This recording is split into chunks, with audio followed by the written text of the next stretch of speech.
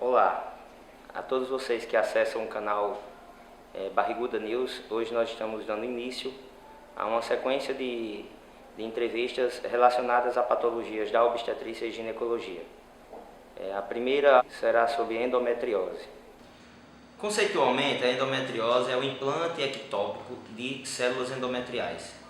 O endométrio é a cavidade que reveste a parte interna do útero. Ele sofre influência dos hormônios que são produzidos pelo ovário.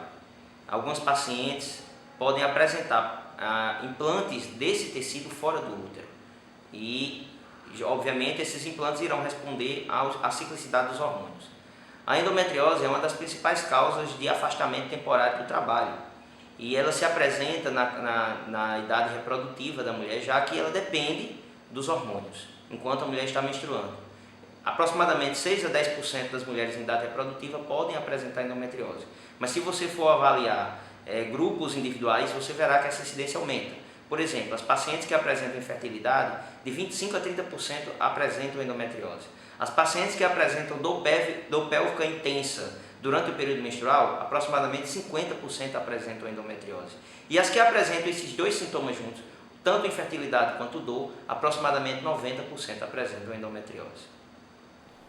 No que se refere às causas, mais uma vez a gente tem que se deter à fisiologia. A endometriose não apresenta uma causa definida, uma causa cientificamente comprovada. Existem algumas teorias sobre o surgimento da endometriose. A principal delas é uma que eu já falei recentemente, que é a menstruação retrógrada, refluxo de sangue menstrual para dentro da cavidade pélvica. Outra teoria é a disseminação através de veias e de vasos linfáticos, chamada disseminação hematogênica ou disseminação linfática. Células de endométrio adentram dentro da cavidade da circulação sanguínea e se desgarram por todo o corpo. Outra possibilidade é a diferenciação de células jovens em células endometriais. E isso aí é muito comum para justificar a endometriose que acontece fora da cavidade pélvica. Outro tipo também de endometriose pode se dever a implantes ou a transplantes de célula endometrial diretamente em incisões cirúrgicas. É comum acontecer esse tipo de endometriose em cicatriz de cesárea e cicatriz de episiotomia no caso dos partos normais. De uma forma geral, há uma tendência à aceitação de todas as teorias de uma forma conjunta. Se pensa que, na verdade, o que acontece não é só uma teoria ou outra de forma isolada, e sim de todas conjuntas. Mas sempre nós teremos uma dessas causas associada à deficiência do sistema imunológico de limpeza, que é uma função dependente de células NK, que eu falei anteriormente. Então, há diferenciação de células, a disseminação via hematogênica, o implante direto de células endometriais através de cirurgias, ou mesmo o refluxo de sangue, eles são dependentes da deficiência do sistema imunológico de limpeza. No que se refere a fatores de risco, nós temos que levar em consideração a principal teoria da causa da endometriose, que é o refluxo de células endometriais pela trompa. Desta forma, qualquer situação que aumente o número de menstruações na idade fértil da mulher será fator de risco para a endometriose. Então, pacientes que começam a menstruar muito cedo, puberdade precoce, pacientes que menstruam até tardiamente, têm uma menopausa tardia, mulheres que têm poucos filhos, já que uma gravidez dá uma amenorreia, uma ausência de menstruação por 9 meses, pacientes que não amamentam, que amamentam pouco tempo, já que a lactação também diminui o tempo de menstruação, ela causa amenorreia. Pacientes que apresentam obstruções ao fluxo menstrual, provavelmente decorrente de procedimentos cirúrgicos, tipo ancoretagem, que pode causar estenose do colo do útero, e com isso o sangue não vai escoar bem pelo colo do útero. Ou então pacientes que já nascem com distúrbios anatômicos do útero, que são as chamadas malformações uterinas, dentre elas septos uterinos, útero bicorno, útero septado, vagina septada. Isso pode causar certa obstrução ao fluxo sanguíneo da menstruação e o fluxo sanguíneo ser mais retrógrado, ou seja, fluir mais pelas trompas. Tudo isso é fator de risco para a causa da endometriose. Procedimentos cirúrgicos invasivos, ou seja, uma cesárea, uma retirada de mioma, procedimentos de curetagem, todos são fatores de risco para implantes diretos de células endometriais. Como a endometriose se expressa por implantes de tecido endometrial fora do útero, nós temos que deter também alguns detalhes sobre os locais onde essas lesões irão se implantar. Mais uma vez falarei da teoria do refluxo de sangue pelas trompas. Como o sangue reflui pela trompa para dentro da cavidade pélvica, todos os órgãos que ali se situam serão locais comuns de implante de lesões endometrióticas. Então, a própria trompa, a superfície ovariana, um espaço que existe entre o reto e o útero chamado fundo de saco de Douglas, a bexiga, os ligamentos que dão sustentação ao útero, que é o ligamento útero-sacro e o ligamento redondo, alças intestinais, o reto, a cavidade peritoneal como um todo, inclusive órgãos abdominais altos, o fígado, o baço e a superfície do estômago. Vale salientar que esses locais são decorrentes de implantes diretos de células endometriais. Porém, nós podemos ter implante de células endometriais em qualquer parte do corpo, levando em consideração as outras teorias da causa. Então, pacientes que apresentam endometriose no pulmão, elas provavelmente não têm decorrência do refluxo de sangue pela trompa. Provavelmente houve substituição de células indiferenciadas por células endometriais, ou então células endometriais se desgarraram e, através do sangue, chegaram ao pulmão. Existem relatos na literatura médica, inclusive, de endometriose cerebral. A paciente, sempre que estiver menstruando, irá apresentar sangramento cerebral, inclusive com convulsões. Então, a teoria do refluxo da trompa, ela é mais comum para explicar as lesões pélvicas. Lesões extrapélvicas, elas podem acontecer, são menos frequentes, mas não são explicadas por essa teoria. Para que a gente possa entender os tipos de lesões anatômicas, histológicas da endometriose, nós temos que entender que o tecido endometrial ectópico, ou seja, fora do útero, ele irá responder à ciclicidade dos hormônios identicamente ao tecido normal, o tecido endometrial que está dentro da cavidade uterina.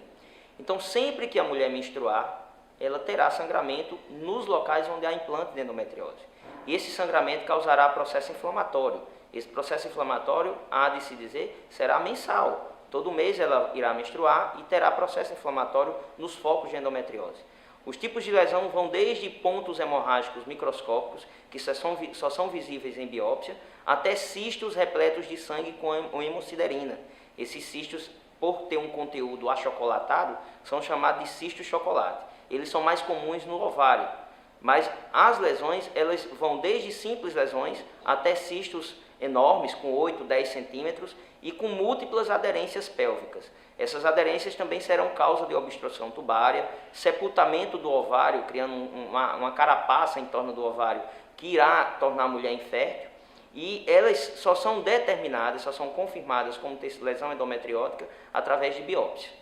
E nesse detalhe nós falaremos na questão do diagnóstico. No que se refere ao quadro clínico, a gente tem que comentar as queixas da paciente e o que a gente verá no exame físico. Obviamente que toda paciente que chegar com a queixa de dor pélvica cíclica, ou seja, uma dor pélvica que tem um período de dor e um período de ausência de dor, nós teremos que suspeitar de endometriose, principalmente se essa paciente apresentar fatores de risco. O principal sintoma da paciente portadora de endometriose é, sem dúvidas, a dismenorreia, ou seja, dor durante o período menstrual. Ela terá também, como um sintoma comum, a infertilidade, a queixa de dificuldade para engravidar. Porém, não há uma correlação direta dos implantes ou da profundidade da lesão com o quadro clínico. Não é raro pacientes que têm lesão mínima de endometriose, pequenos focos endometrióticos, apresentar uma dor pélvica menstrual muito intensa, inclusive dores incapacitantes, com necessidade de internação hospitalar. Porém, alguns pacientes podem apresentar endometriose com a invasão muito intensa na pelve, inclusive uma situação chamada pelve congelada, quando há aderência de múltiplos órgãos, reto, bexiga, útero, ovários, e a paciente ser assintomática, o diagnóstico ser iminentemente através de exames de complementação diagnóstica. Então, o quadro clínico é muito variável, mas os dois principais sintomas que a paciente pode apresentar é a dor pélvica durante o período menstrual e a infertilidade. Porém, quando a endometriose ela invade órgãos vizinhos, ela apresentará um quadro clínico variável.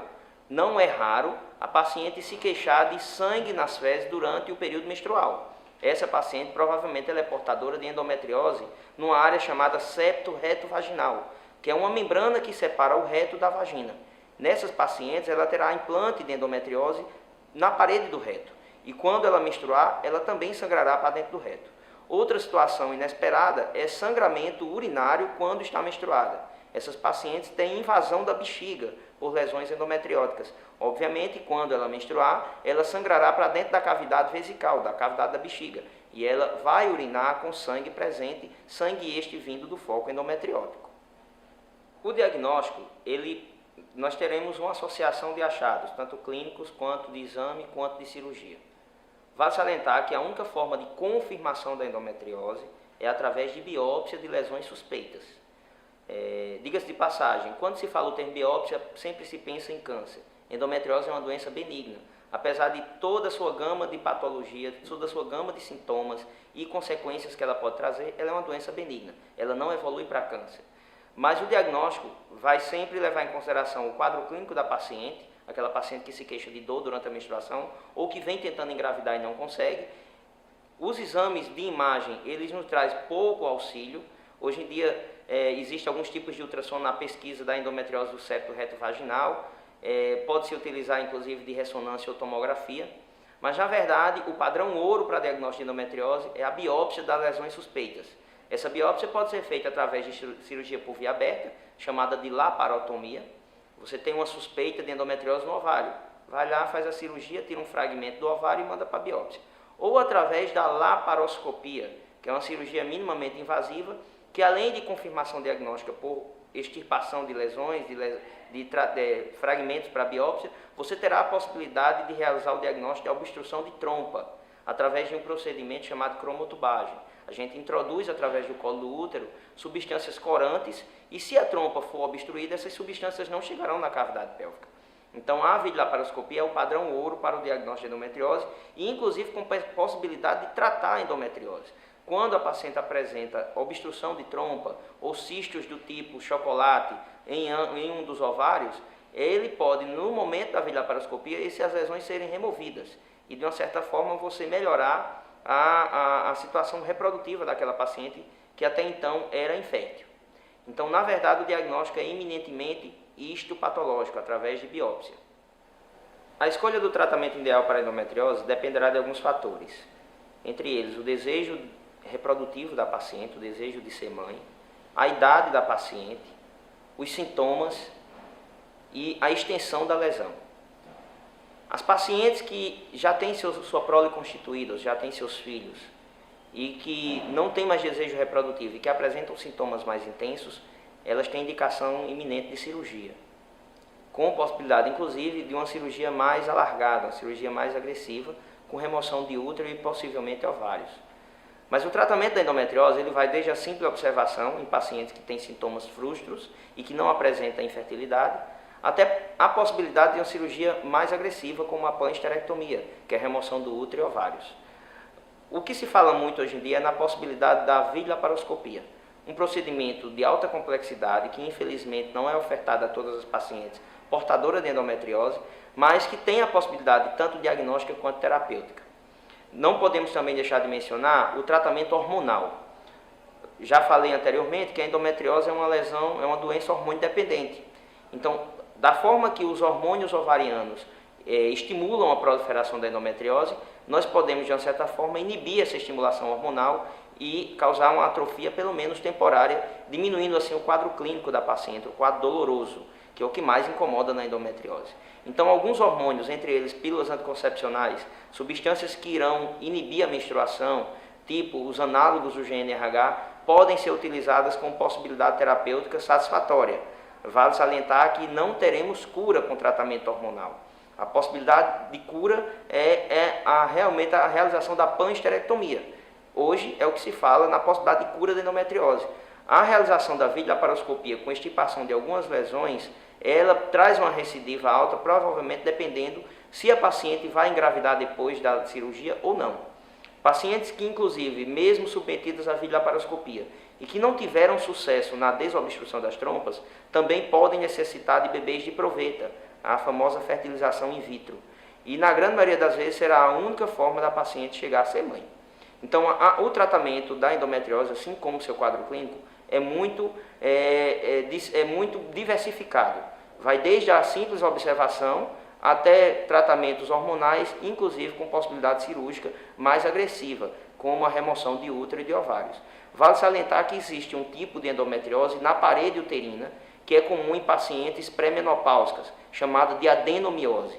Na grande maioria das vezes, as pacientes portadoras de adenomiose, que é a endometriose interna, vai apresentar um quadro clínico doloroso durante o período menstrual e, em exames de imagem, apresentará um útero aumentado de volume sem ter miomas. Essas pacientes ou necessitam de inibição da menstruação com pílulas anticoncepcionais ou outros tipos de hormônio, ou até mesmo a realização da esterectomia. De forma mais correta, a gente orienta a busca pela orientação com um ginecologista que tenha uma certa vivência no tratamento da endometriose. Hoje nós falamos um pouco sobre a endometriose. Obviamente que não falamos tudo que a doença pode apresentar e algumas dúvidas irão surgir. Você pode se utilizar deste e-mail que está aparecendo na tela para enviar suas dúvidas neste canal. Na próxima entrevista nós falaremos sobre gravidez com obesidade e de uma certa forma também falaremos sobre a quantificação do risco gestacional. Muito obrigado.